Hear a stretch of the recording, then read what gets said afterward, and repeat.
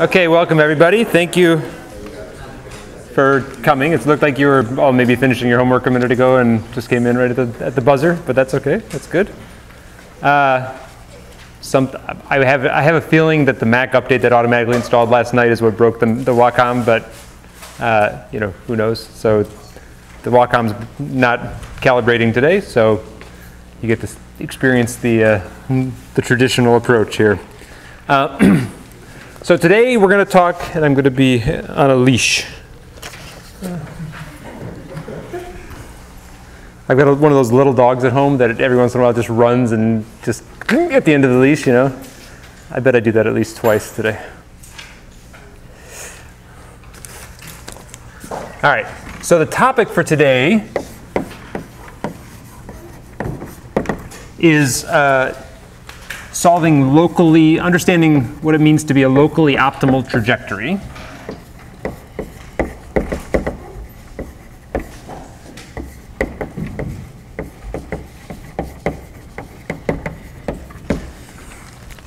Okay, and I hope by the end you'll have a good sense of what that means and the tools we have to understand optimality along a trajectory. But I've been listening to your feedback, and I want to take a few minutes before we start on sort of yet another topic to just talk a little bit about the big picture. Yeah, so I'm worried about this cable, but let's see. All right, so let's start with the big picture.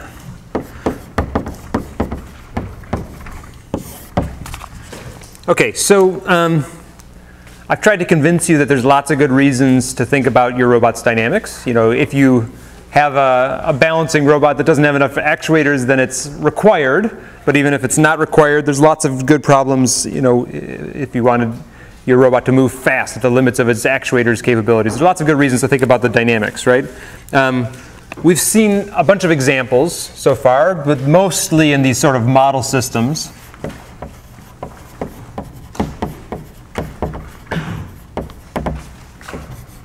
Acrobats and cart poles and stuff like that. And those are not so much the goal as the means to sort of get our head around the problems and the tools, right? Quad rotors might be the goal. They're fun. There's a lot of good reasons to work on quad rotors these days. But I want you to understand what I've been trying to do in the class, right, is I've been trying to talk about, we've talked about some of the classical approaches, right?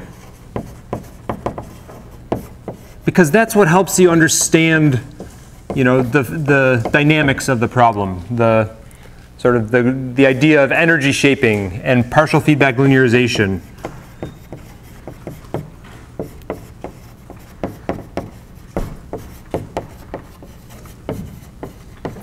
Right? I could have avoided those topics completely, but I think talking about them helps you really understand the problem domain and what a lot of people out there consider to be, you know, their favorite solution to the problem, right? But I don't want to confuse the message, although I think these are very important, and there's nice things that you can pull out of those topics, you know, some really nice computational ideas.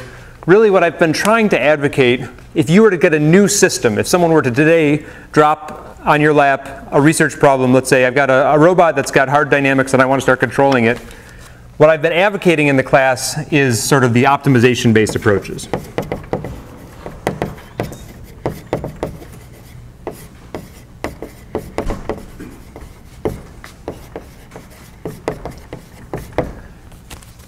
And for those are going to be my go-to tools. You know, if someone brings me a problem, then I'm going to go to these tools first.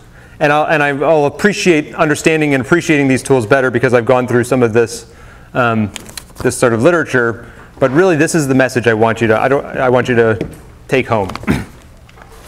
Okay, and even that message, I want to make sure it's not too complex, right? So there's been a lot of ideas kicking around, a couple different types of optimization. But really, the big picture is that I think for even your rich dynamical systems, your complex dynamical systems, very simple specifications of the problem using the language of optimization and optimal control, can give you very rich behaviors, really. So for all of the systems we've talked about so far, it always was, every one of those systems, whether it was a balancing robot going to the top, or it'll be a quadrotor hovering, or even flying through a forest, we'll see, we're always somehow trying to get the system to a goal.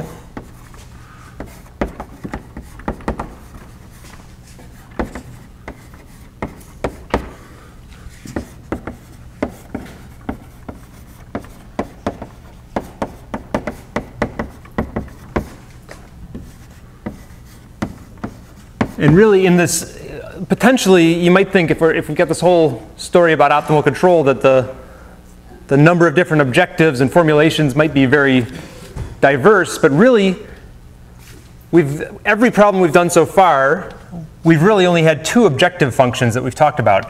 We've talked about, minimize the distance to the goal in some quadratic sense,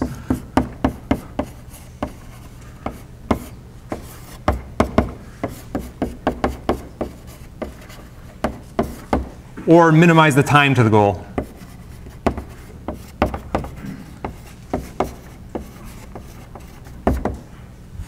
Really, there's sort of, so far, just two objective functions. Now, the solutions to the optimal control problem are diverse, right? So we saw cool sort of yin and yang kind of pictures of pendulums trying to get their, what their cost functions were as they were trying to swing up and get to the goal. And we saw switching surface for double integrators, and the pictures for the Acrobat and Carpol are higher dimensional, harder to plot, but they would be even more rich, right? But the richness in the solution comes from the dynamics and the constraints. But the objective functions really are very simple. So far the story has been, you give me a new robot, if it's a type of robot that's just trying to get to a goal, I'm going to formulate an optimal control problem, depending on if I want to get there maybe with less effort. A lot of times I'll I should have put an effort in here, right? And maybe this one typically is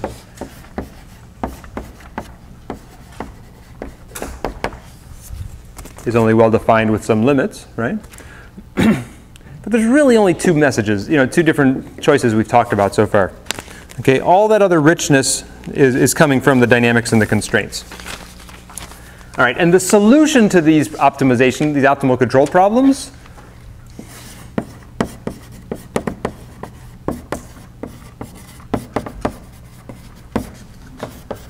has been a feedback controller, right?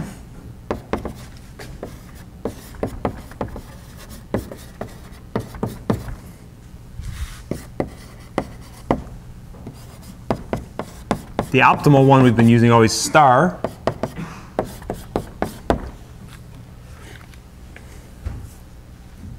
Okay, and we'll get variations. We might have the time-dependent feedback controller or whatever, but it's actually been a pretty simple story so far, intentionally. Okay, and then the diversity in the different lectures so far has been how do we actually solve from the specification the optimal control problem, right? And we've had a few different. So, Andy, do you prefer me to stay here or? Yeah, if you don't mind. Okay, yeah.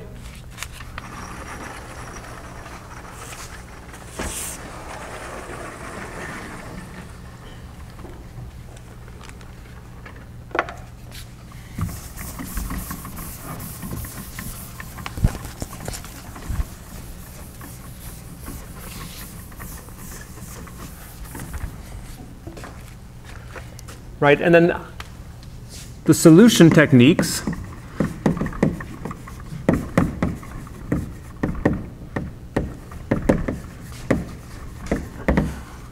for small problems, right?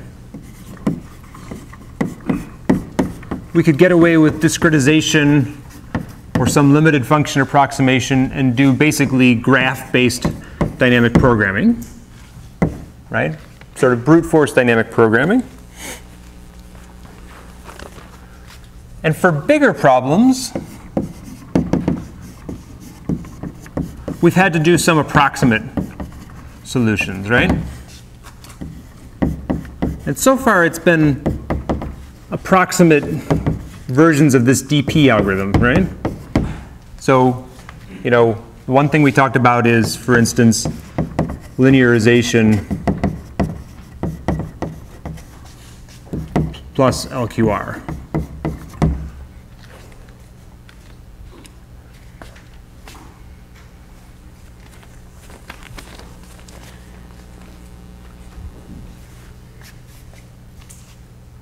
Okay, that's been the big one so far. And then there was this new tool that the problem is there's a gap between dynamic programming and sort of approximate DP. If I'm going to make some approximations when I solve my optimal control problem, then you're left with something that you don't really know when or how well it works. So the last lectures on Lyapunov were to combat the fact that we're making an approximation here. We're giving us tools to verify the approximately optimal, the approximation on the original system.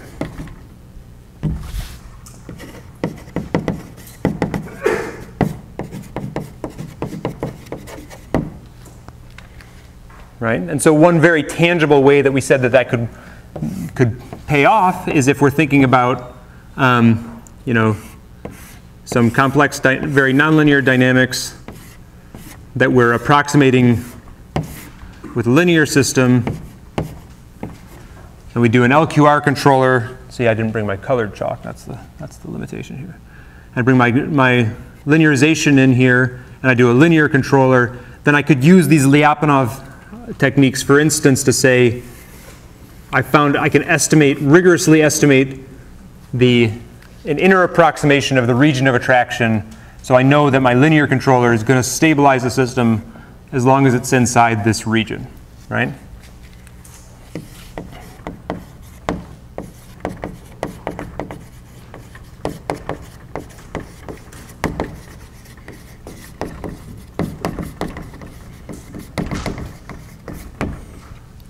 Okay, but this is just building up your set of tools to solve this big problem, which is to try to solve for the optimal controller to the best, or some approximation, to the best we can for potentially really complicated systems. Okay. So the details of the Lyapunov, there's beautiful details there. I gave you sort of a 2-lecture introduction to it, and the sums of squares optimization on top of Lyapunov is a diverse topic that we spend a lot of time in the research lab thinking about. There's lots to learn there if you care, but I really want to make sure that you see that in the bigger picture, that that's a set of tools which complement the fact that we have to make approximations here. We can come back and verify exactly on the original system our approximate controller. Okay, that's the role they play, and we're going to use them to potentially build better controllers by building provably good controllers in lots of different regions. Yes? When you're doing the STP, searching over the Lyapunov function or Lagrange multiplier, what do you use as your objective function? Because you're trying to find something to maximize kind of the size of the region of attraction. So I kind of missed that in the lecture, maybe, or if you don't want to talk about it here. I'll give you a quick answer here, and I'll talk about it as long as you want afterwards. But typically, the metric is to somehow maximize the volume of the region of attraction. And for complicated regions of attraction described by high-degree polynomials, estimating that volume is very hard. But typically we'll do, in the actual code, estimating the volume of an ellipse is easy. So we'll do somehow a contained ellipse and push out on the biggest possible contained ellipse that isn't completely inside this. And that's our surrogate for volume of the region of attraction. And it's decent. It seems decent. But this is a great time. If anybody has questions about sort of, what the heck all these different topics, how they fit together, ask away. Yes? So comparing LQR to pole placement methods I've used in the past, it seems with pole placement I have a lot more guarantees that what I make is going to be stable, and with LQR there's a lot of guessing at what the gains are to see how far out the system will be stable. So is there a LQR equivalent to see how far your poles are in that imaginary analysis? you can always, of course, pull out the poles of the closed loop system that you get from LQR. But I think the bigger difference you're sensing is that you're applying a linear controller to a nonlinear system. Yeah, okay, that's better. So if you had done pole placement on the nonlinear system, you'd feel the same pain. Okay. And because LQR applied to a linear system, for any positive Q and R, is going to give you stable poles. Okay. And the question is, when you apply that to a nonlinear system, what do you get? And that's where you start getting into the maybe the art of picking Q and R. In my experience, it's easier to pick Q and R than to move poles around, but maybe that's just the way I grew up, that I thought I'd like those tools better. If I had done pole placement first, then, Good, okay.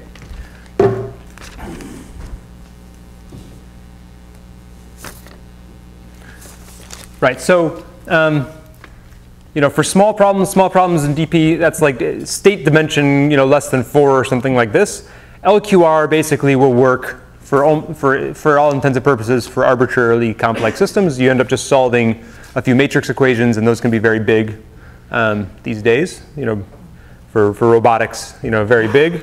That's good. And then sort of scaling-wise, these Lyapunov tools can solve a lot bigger problems than the grid-based dynamic programming, but not as big as LQR. So we don't run this on the full Atlas model, for instance, but we're certainly able to run it on quadrotors and things of that complexity in the maybe tens of dimensions, 10 dimensions or something like that. How robust are what if you're using your nonlinear model, that's even an approximation, so how robust is the controller and your estimate of the region of attraction, given that you have nonlinear there? I think you're referring to the fact that we do Taylor approximations in here to make it a polynomial system.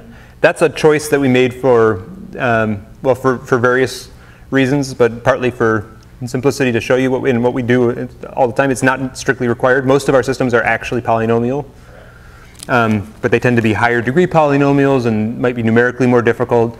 But you can actually turn a rigid body system into an exact polynomial. The approximation is not fundamental. And even if you did do a Taylor approximation, you could bound the errors in the Taylor approximation and you do robust verification to capture those errors. So I think those gaps can be addressed pretty nicely.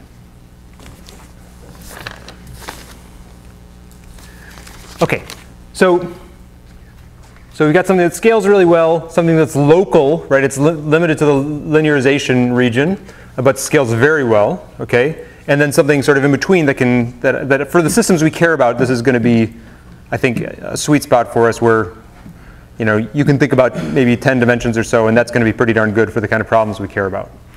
But still, I've only really given you, a somewhat satisfying answer around here, and we haven't talked about, what happens in the rest of the state space. I gave you examples of energy shaping and partial feedback linearization to get up there to understand a non-optimization, but a sort of physics-based view of how do you design a controller. But I haven't given you yet an optimization-based approach that scales, that's going to work beyond sort of the linearization region. And that's the goal for today, okay, is to try to understand what you could do out here, all right? And really the fundamental problem is as the dimension gets higher, and these nonlinear systems are potentially arbitrarily complex. The solutions might be very, very complex. You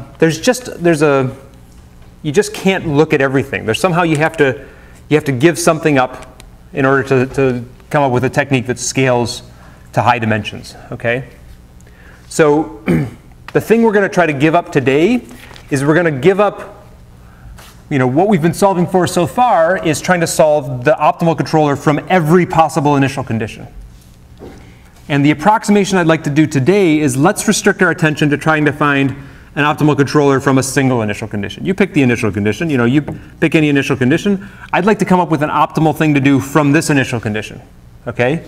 And then, I'm going to be able to think about sort of a solution trajectory that gets me to the goal, let's say. But it's something that is sort of natively one-dimensional, even if I'm applying it to a very high-dimensional system, right? So somehow this is going to scale but solving for every possible system initial condition in a high dimensional space is not going to scale, right? So let me draw that. Let me try to capture some of the subtlety of that.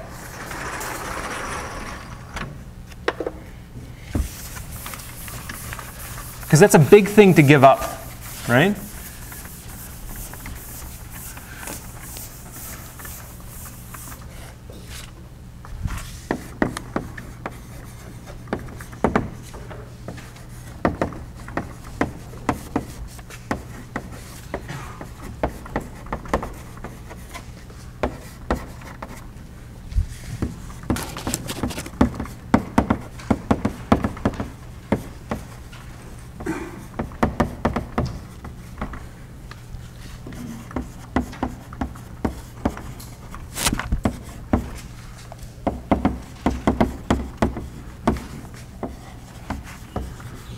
I think it makes sense that this is going to scale better.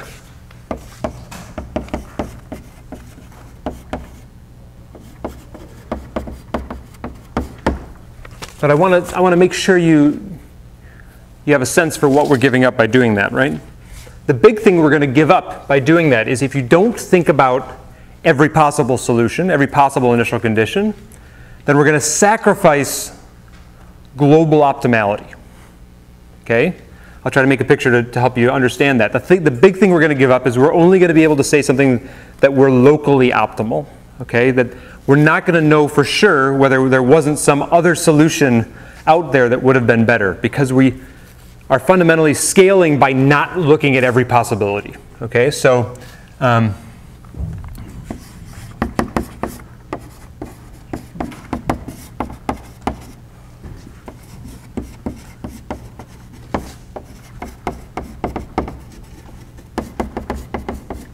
those are slightly different ideas, but they come together. So let me draw it on the pendulum again here. My goal's here, right? I've got my ball. Let's say I've got an initial condition here. Okay, it might be, or even here, it might be that I find a solution that goes like this, that pumps up energy and gets myself to the goal, okay? And by virtue of looking at this initial condition, I'm going to be able to find solutions of that ilk. I'm going to be able to find things that get me to the goal. And I'll even be able to say that if I change my controller a little bit, I'm only going to get worse, okay? So in some sense, this will be a locally optimal solution. And you'll understand in depth what that means in a few minutes.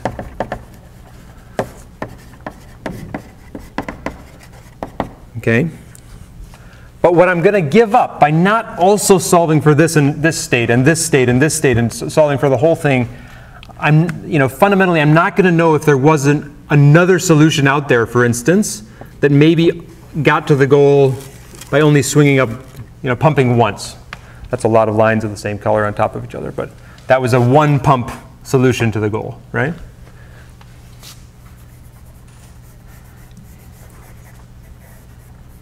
It might be that there was another solution that just went like this, bonk, straight to the goal. Or maybe there was even a solution that just went boom, to the goal like this, right? And these are going to be hard things to transition between, okay, because they're relatively different solutions. And if I were to try to get from this solution to this solution, I'm going to have to change my control in a way that I get worse first before I get better, okay? And so we're going to give up the ability to say I'm definitely optimal, even from this one initial condition. Because really the only way to get that is by thinking about the entire solution space simultaneously. Okay, so the picture you should have in your head is that if I'm changing my controller, I've got a bunch of different controls. Let's say I've got some control I run at time 0, time 1, time 2, time 3 as I go along here. Let's say if I pick one of those times and I just draw what's my total cost as I change one of these parameters, right? It really does have some sort of local minima problem where I'm in some solution here, which is maybe like the one pump strategy. And it might be that I can get to the goal better with less energy with a two pump strategy, right?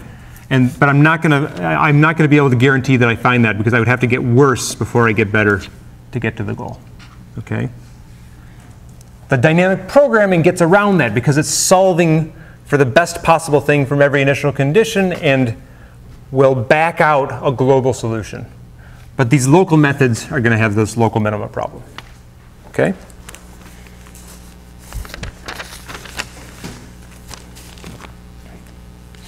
Okay, so that's some big picture. I hope that helps. Tell me whenever you guys feel like you need that, for sure. Okay, so let's think about what we can start formalizing when we start solving for one initial condition. All right, let's start writing down the optimal control problem from a single initial condition and see what that buys us computationally.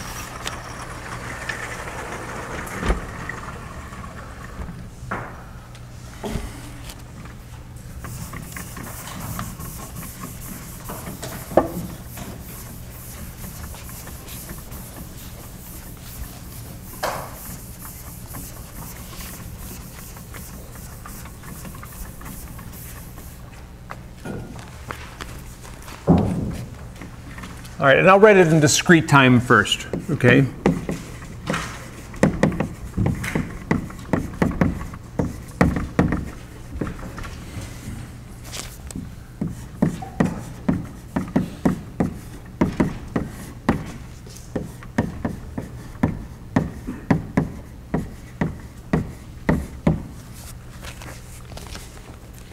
Okay, so by restricting to one trajectory,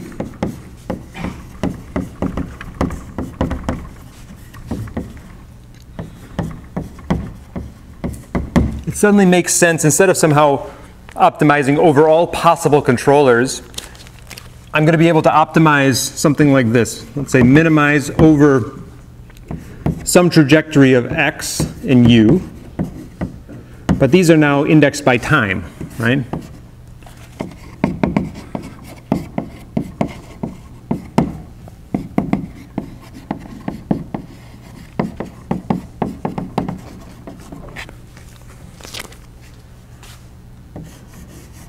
Right, I'm going to still have my optimal control formulation.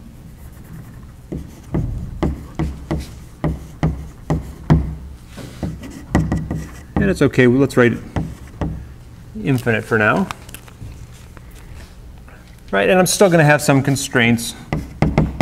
So I'll say, let's say I've got some particular initial conditions that I'm going to start from. And my dynamics have to be satisfied.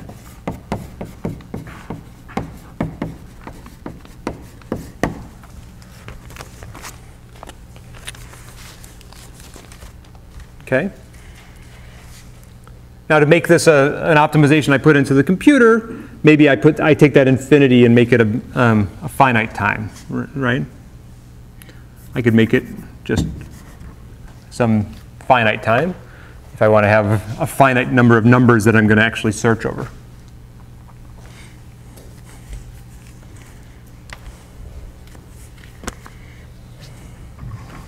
Okay, so now in discrete time, it really is, that picture I want you to have in your head is that really, as I'm searching for this minimum, it really could be that u at time 3, how does that affect my total cost, right? If I write, I'll still use j here, not j star because it might not be optimal, but just j. If I plot j here, I really might have this this potentially nonlinear, very non-convex optimization problem, right? In this local minima problem.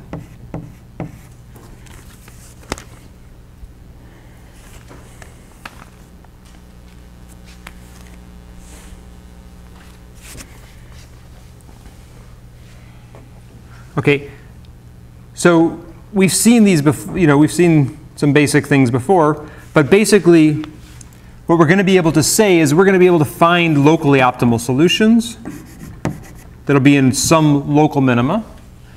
We're going to be able to say that I found a solution which, if I change it in any incremental way, is only going to get worse.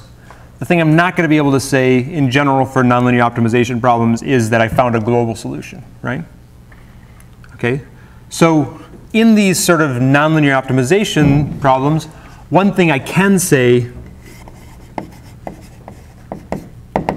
is that there's a necessary condition for optimality.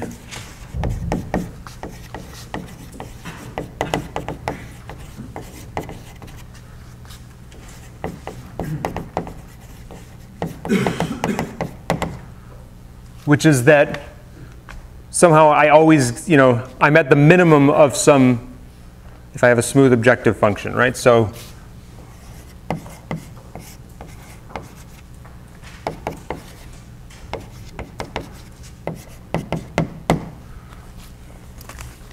the sort of gradient equals 0 argument is going to be necessary.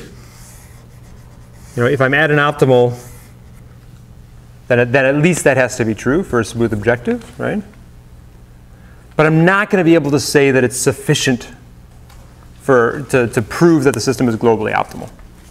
Okay, so in the world of local optimization, we're going to have necessary conditions but not sufficient conditions.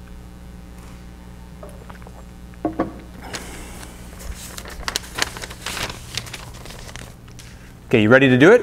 You ready to get our necessary conditions for optimality, right? So here's the plan, right? I missed a parentheses here. Here's the plan. What I want to tell you is that I'm going to extract some pretty nice things about this. We're going to be able to compute the gradient here, these necessary conditions. Okay, they're going to take a pretty surprisingly elegant form from this problem specification. Yeah? And I think that doing that is going to give us a lot of insight again into this optimization problem that we're trying to solve. Okay? Yes? So you ready?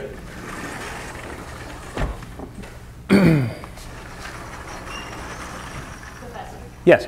On this board, can you write a little bigger? I can absolutely write bigger. Yes. Thank you for telling me.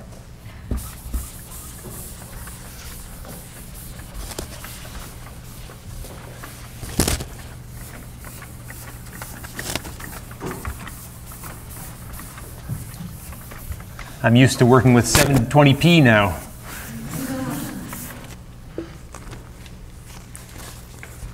All right. So the optimization problem I wrote down here is some simple optimization with some constraints, with some equality constraints. So we've jumped into the land of constrained optimization. We've been dabbling with it before, but let's make sure we understand what the tool we need for constrained optimization, which is Lagrange multipliers. Okay.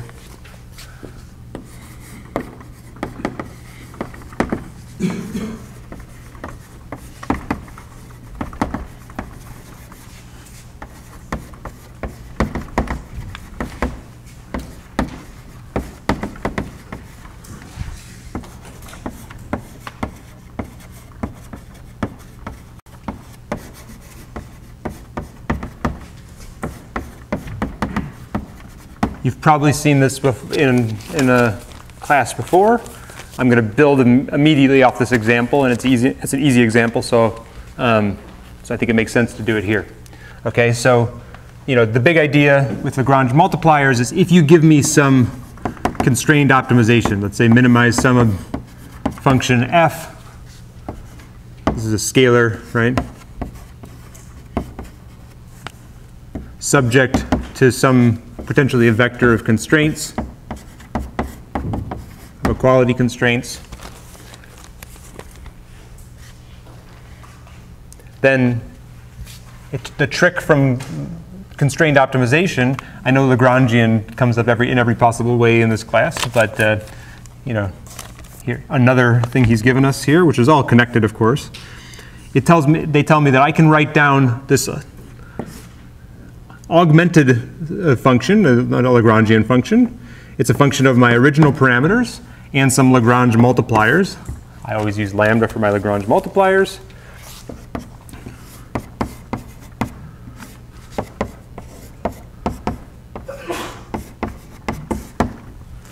Okay? And looking at the places where the gradients of this function vanish to 0 is going to tell me about the optimal solution to this problem. Right? So I've written an unconstrained optimization whose solutions tell me about the constrained optimization problem. Okay? If I can find the solution such that both of those gradients are 0, then these are necessary conditions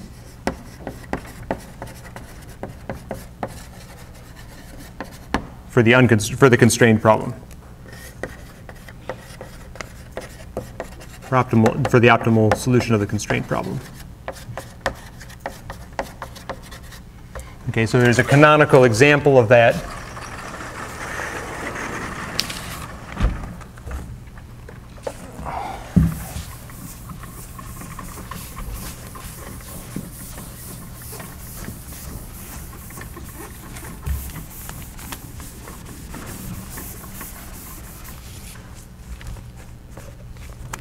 Which is, let's say,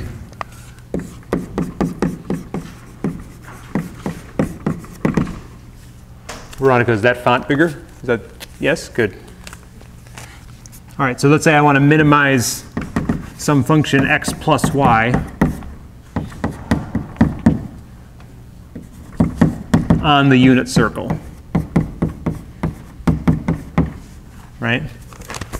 So the picture is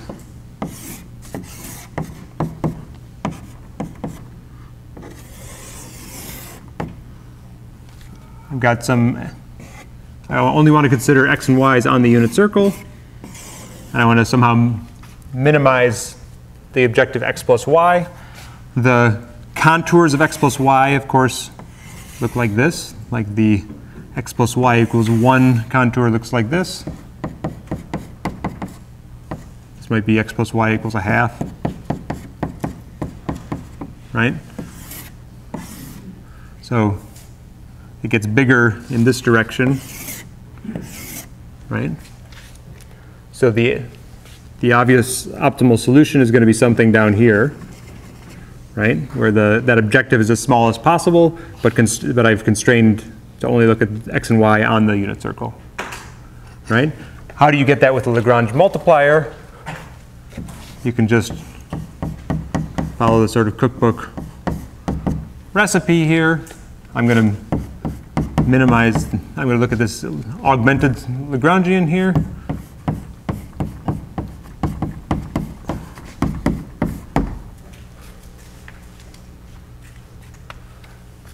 I can start taking the gradients of this. It's going to give me 1 plus 2 lambda x. I want that thing equal to 0. Which implies that lambda equals negative 1 over 2x. And I could do the same thing for the gradient with respect to y. It has to be a stationary point with respect to all of those variables. So I get 1 plus 2 lambda y equals 0, right?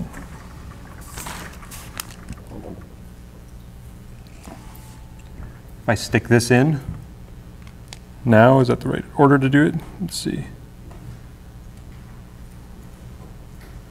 Yeah, I get 1 minus y over x, right? And that tells me that x has to equal y. And then if I take my last,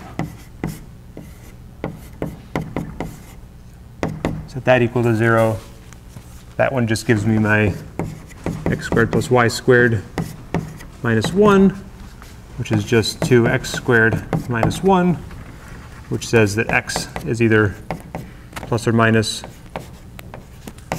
1 over root 2. And one of those is going to be this point, one of them is going to be this point. The minimizing one is this, right?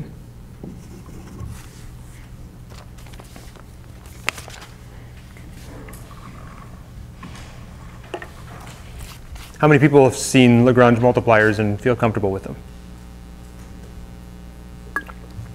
Cool. So it turns out the major insight that we want to have today about the optimal control problem is going to be almost exactly this, but I'm going to substitute in my sum over G here, and I'm going to substitute in my dynamic constraints here, okay? And I'm going to do otherwise exactly the same steps, okay? So now, I want to keep that up here for a minute. Now let's use the same exact tool, which you're comfortable with, easy example, right? And solve and look at the conditions for optimality of an optimal control problem along a trajectory.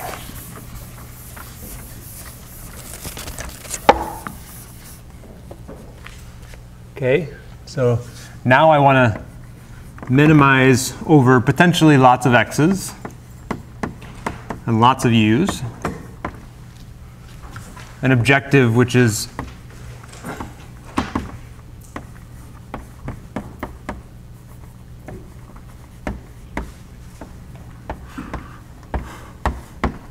I'll do it up to n minus 1 actually.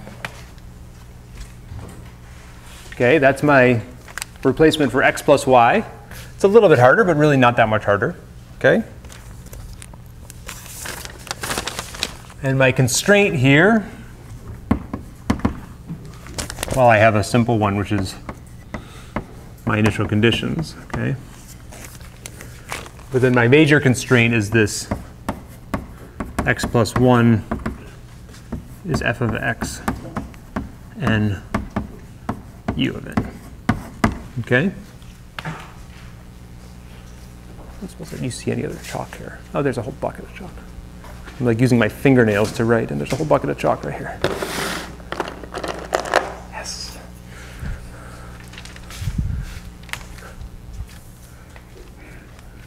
Okay, so away we go. So this is for all n. I have these. There's lots of these constraints, right? So I'm going to write down my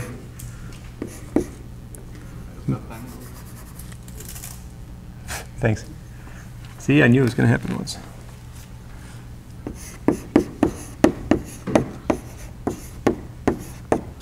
I'm going to write down my Lagrangian, which has got decision variables now x, u, and some Lagrange multipliers for every one of those constraints. Okay, this is going to be not only a vector, but a vector over time, because I've got a vector of constraints. This is a vector, right? And I've got that vector for every element in time, right?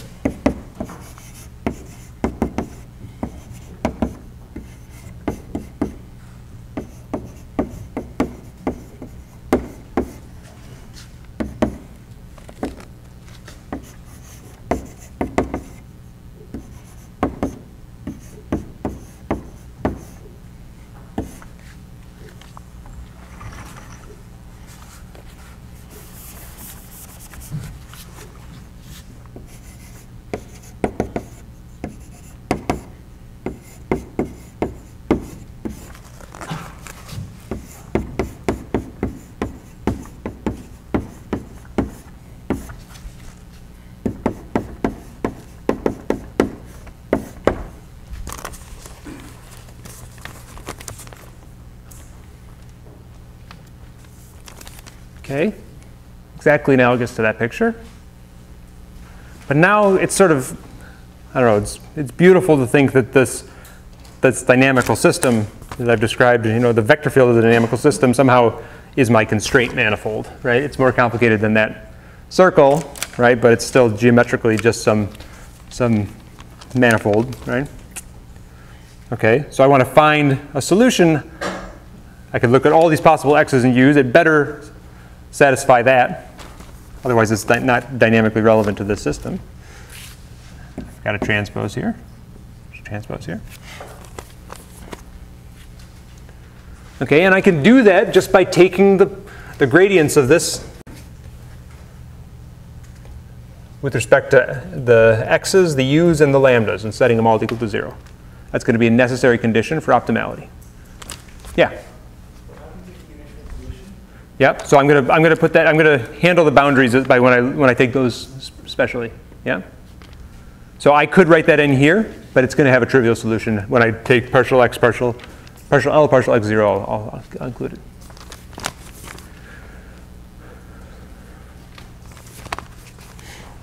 Okay, so let's do it. So first of all, partial L, partial lambda just always gives you back your constraint, right?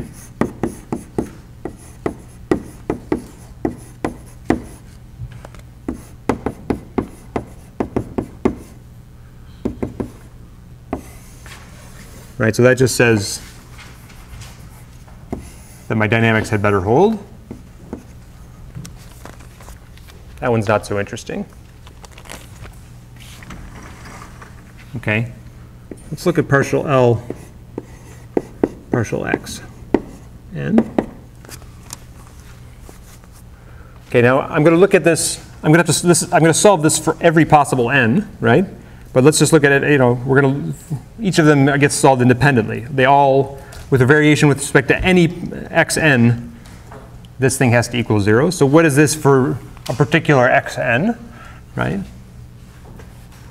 It's going to be partial of g, partial x, evaluated at x equals x n.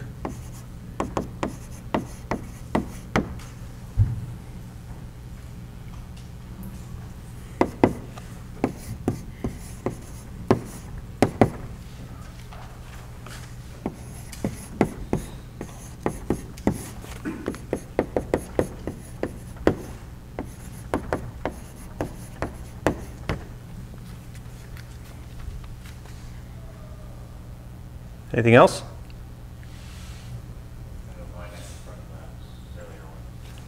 Right. So this guy is going to come in. There's a different part of the sum, except for the boundary conditions, and something different might happen. But in general, I'm going to have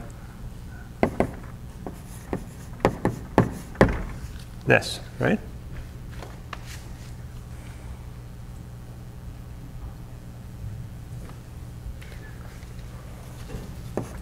If I set that equal to 0,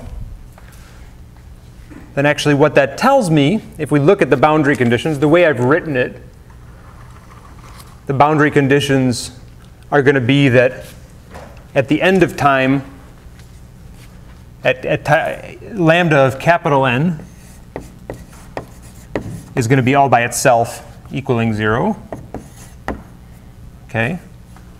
And this actually tells me that I can solve for the lambdas the same way I had to, I had to figure out what lambda was here. That was my first step towards solving it, solve away the Lagrange multipliers. It tells me I can actually solve for lambdas here by starting with my final condition and then writing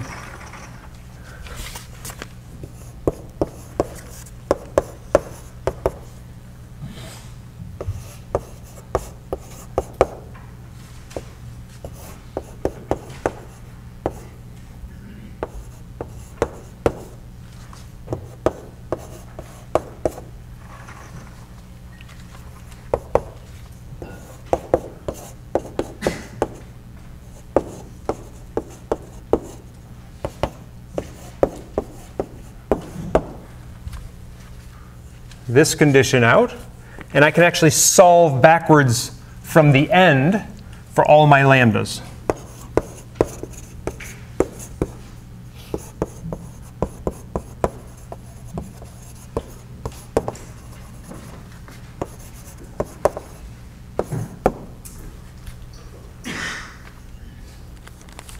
That requires knowing x and un. Right. So I'm evaluating, so the conditions are, I'm going to say that I found an optimal solution, x and u, if when I plug it in, all of these things equal 0. That's the game we're playing right now. Verifying optimality, necessary conditions for optimality. in practice, if you have a candidate u even, you can simulate forward by this solution, right, to get x, and then simulate backwards to get lambda, right? And then my last condition, the stationary condition on u n tells me that partial g partial u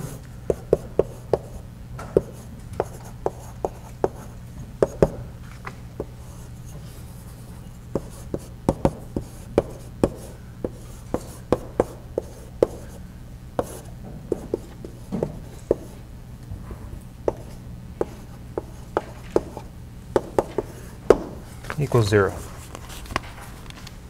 Yes? Sorry, but it's lambda minus 1. So if you're going from n to 0, at some point you're going to place n as equal to 0, right? So you're going to get lambda minus 1 equals on the right-hand side.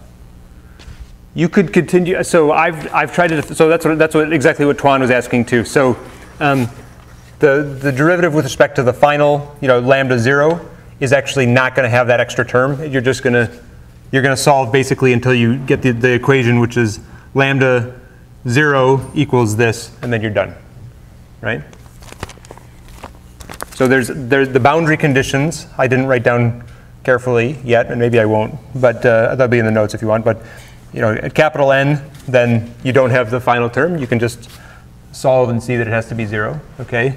And at the other end, you're not going to have these terms. So you'll just get lambda, and lambda 0 is, right, this recursion really ends, right? So you can solve it back until n is 1, I guess, and you get lambda 0 solved. I was just curious because you wrote from n to 0.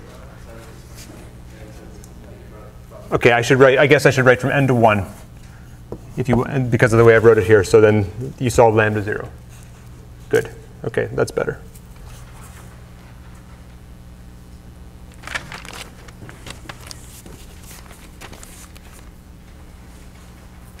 Okay, so that's a little bit of math. That's a little bit gross, but I really want you to see this very simple thing in the slightly more complicated picture. And then, so I just don't want you to get turned off by the algebra, okay? But when you look at this, there's something very beautiful here, okay? So I'm telling again a story about a very complex behavior over an entire trajectory on a complex dynamical system, and I'm asking, can I check if that trajectory is optimal, okay? And it turns out I can check it with just solving a few simple equations, right? If you just give me u, then I can simulate to find x. Simulate my dynamics forward. But if you give me x and u, then I can just work backwards in time to solve the Lagrange multipliers, okay? And then if my u satisfies this, if I put in x, lambda, and u, and I get out 0 here, then I've verified that I'm at a local optima. That's a necessary condition for optimality, right? That means that this augmented Lagrangian, its variation, if I change x, u, and lambda, its gradient is 0. Its variations are 0. So what it means is that if I change it, it's only going to get worse if my second derivative is also up, right? I'm at a stationary point in this objective.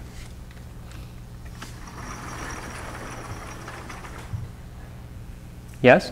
Yeah? Are we always going to be solving finite horizon problems? I mean, physically it makes sense.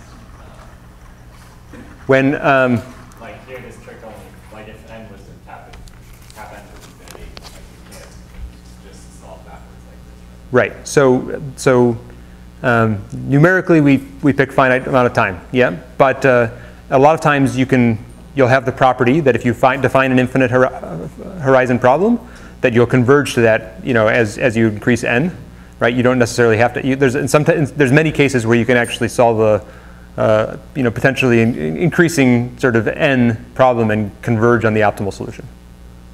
This is trajectory optimization, right? So This so far is trajectory verification. This is verifying the optimality of a trajectory. okay, but the algorithm, right? The algorithm work with is finite. Finite time, yeah.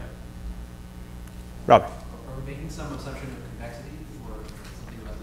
I mean, because in this example on the top, where one of the solutions we found isn't optimal, but it satisfies the condition. Right. So this is a necessary condition. It's not even sufficient for local optimality, Right. because I'd have to check the second derivative, So, which I could do. yeah.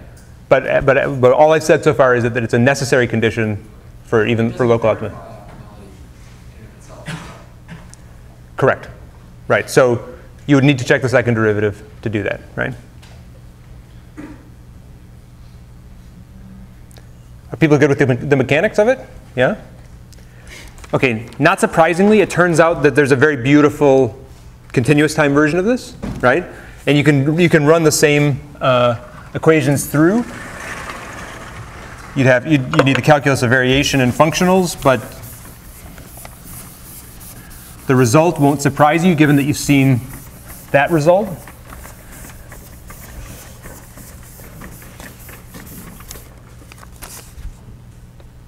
Oh, I forgot to tell you the name of this super important equation, right? This is the adjoint equation.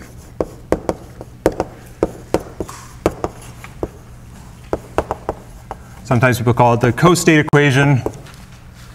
If you're a neural network person, Bamjun, what do you call it if you're a neural network person? I'm not Oh, okay, sorry. Well, you're from that world maybe, but you call it backprop if you're a neural network person. Yeah. This is the backpropagation equation. Okay, but it's the famous adjoint equation or co-state equation. Yeah.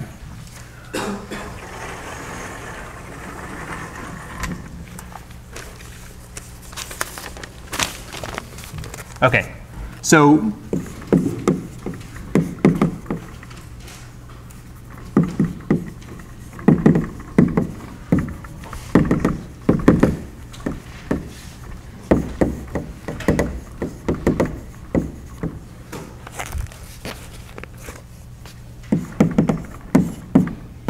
in continuous time,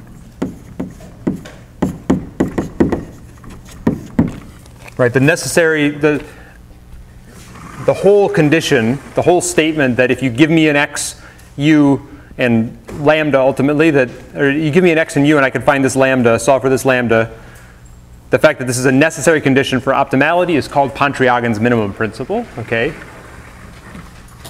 I'll give you the continuous time version. It says if I'm minimizing over x and u, right? Now some finite time thing.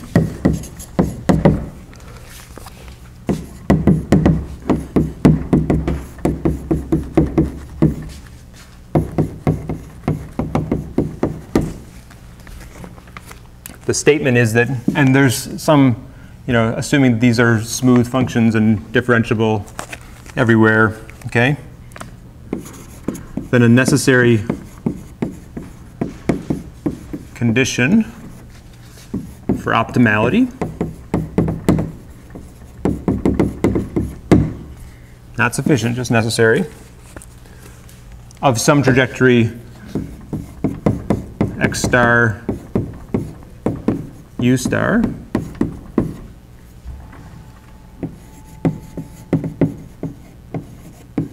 defined on that interval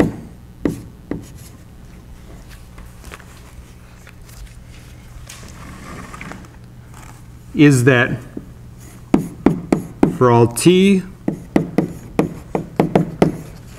well, first of all, my dynamics have to hold.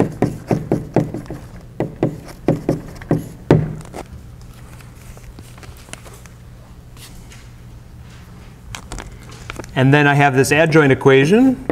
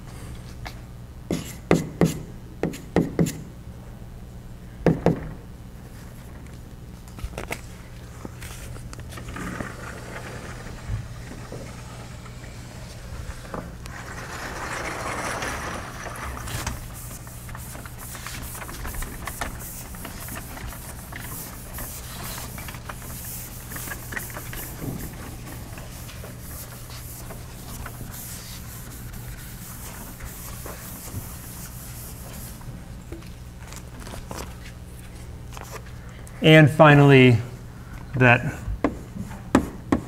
partial g partial u plus lambda transpose partial f partial u has to equal 0, okay, at x star u star t.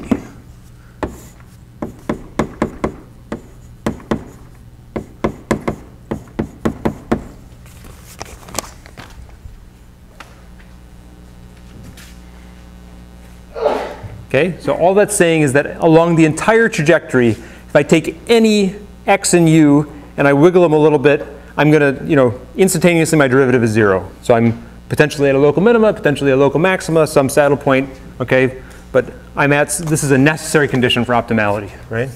I wiggle any of these, my solution anywhere in time, and I've got something whose gradient is 0, right?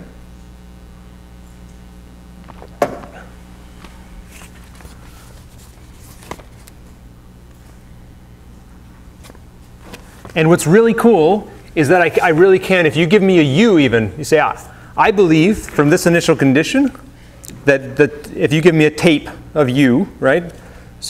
Here's just an open loop sequence u from time 0 to time t. I can simulate it forward, simulate the adjoint equation backwards in time, okay? This is from the final condition, which I've written. It has no final cost.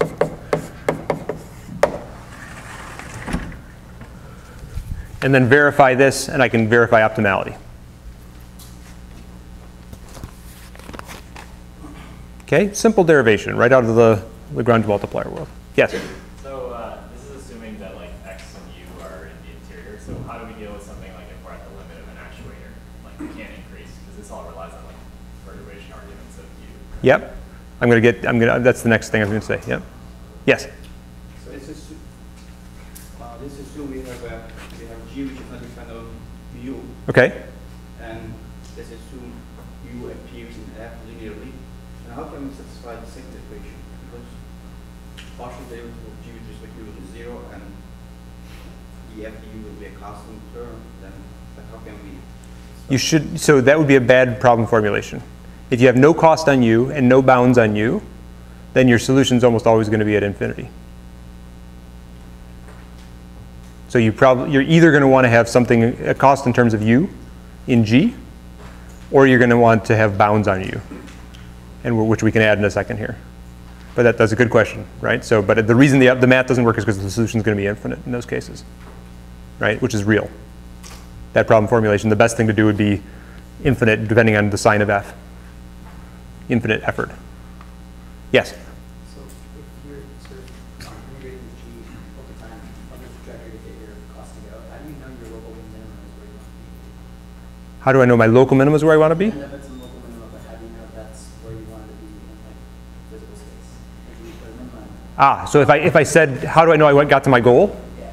Okay, so I can put additional constraints in there saying that the solution had better be also at the goal. Okay, so if I'm just verifying a trajectory, that turns out to be not a very hard thing. I also have to check that x star ends up at the time. But to find a solution which gets to the goal could be harder. But I'm gonna show you how to do that. Okay, here's a cool thing. Yes. It is no more a feedback controller. Is that true?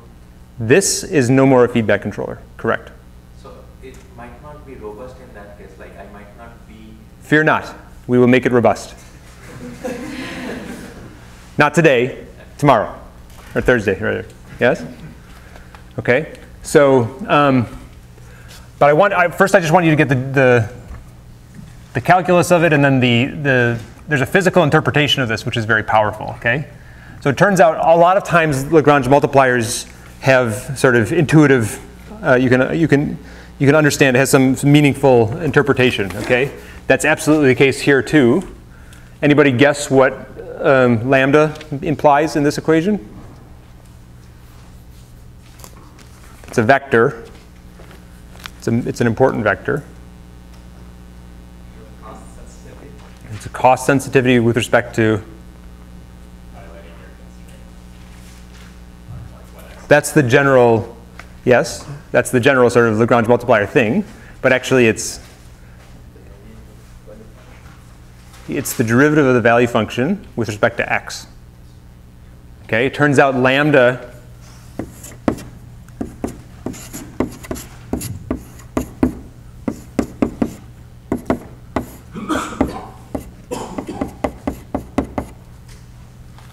has the interpretation like that. Okay? You can see that, maybe the easiest way to see that in the dt derivation, you have to stick in, which is gone, but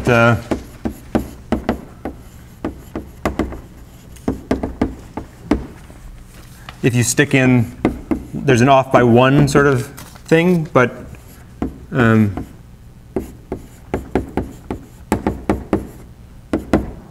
you stick in this, what you'll see is that the sort of lambda n minus 1 rule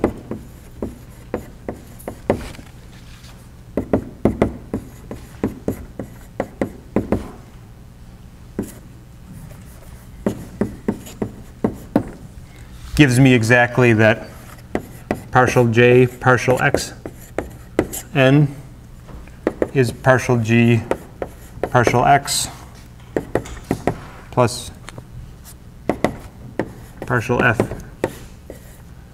partial x partial j. It's just a chain rule. Really what the Lagrange multiplier did for us was helped me do the chain rule all along the trajectory in a sort of elegant way.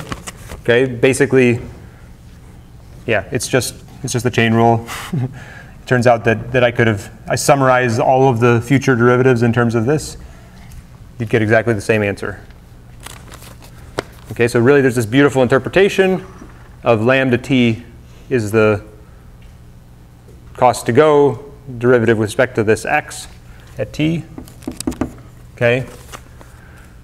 So now that I say that, what does this equation remind you of? Yeah, right?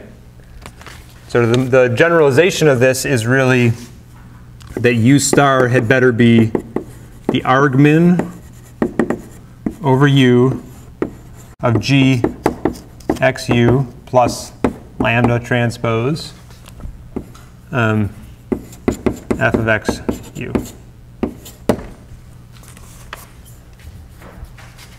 So if I have some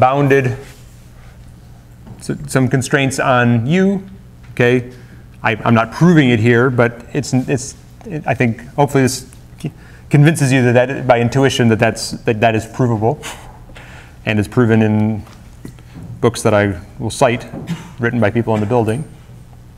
Okay.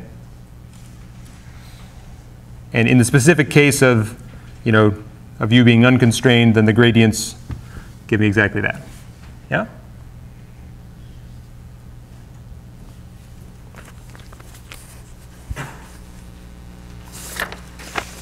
Okay, so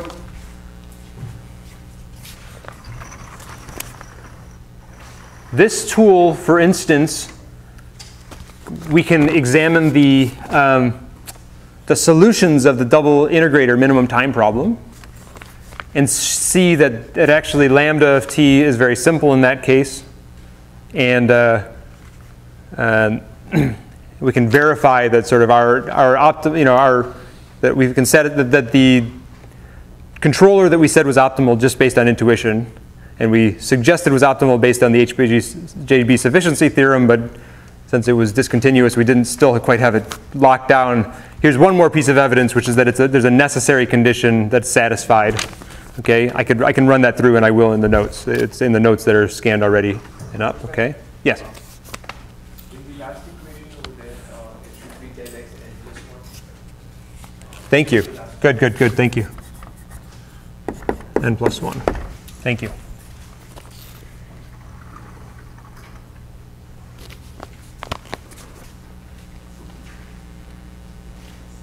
Okay, but I'm looking at here the double integrator, worked through example, but I'm going to jump ahead since time's running out and try to give you a sense of why this is powerful. So it's going to be rare in the class that we'll have an optimal trajectory that is sort of God-given or found, plucked from our heads which we have some analytical form for that we verify continuous conditions, right?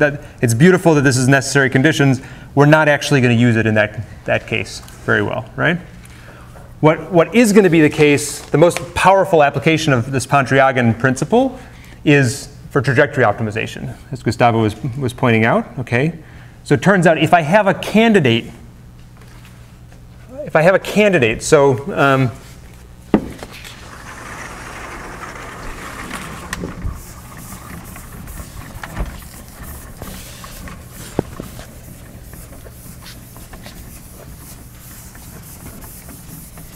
this is going to be a tool for finding a local minima. And Robin, this gets at the convexity question too, right?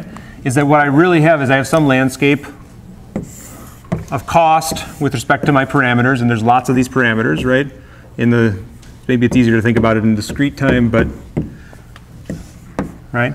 If I have some initial guess, right? Some initial tape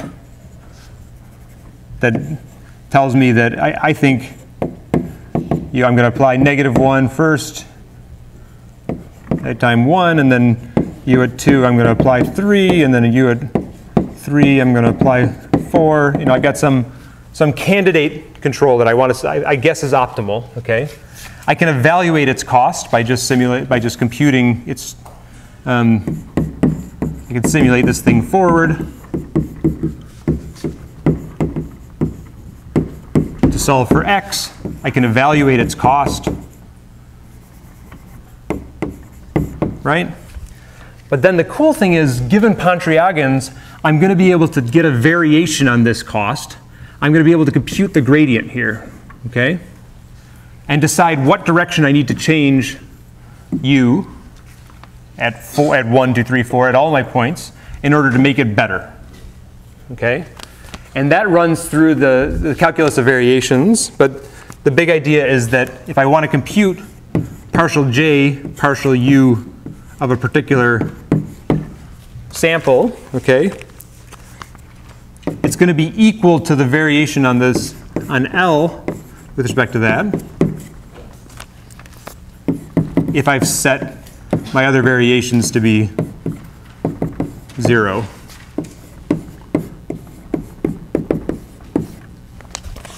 Okay, so what does that mean in practice? That means I'm going to simulate forward, I'm going to compute my adjoint backwards, and the thing that's left, this u star argmin, this thing is going to give me a gradient or an update to u, which tells me my gradient of j with respect to u. Okay?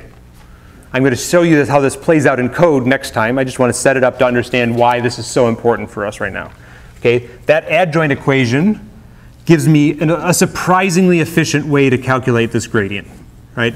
And you can't understate how important that is. This is sort of another win for the additive cost structure of our optimal control problems.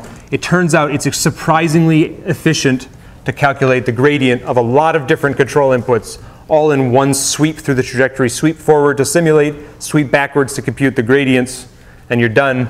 And you can compute what direction I need to improve change my u in order to improve my total cost. Okay, and this is going to be the stuff that makes trajectory optimization work. Okay?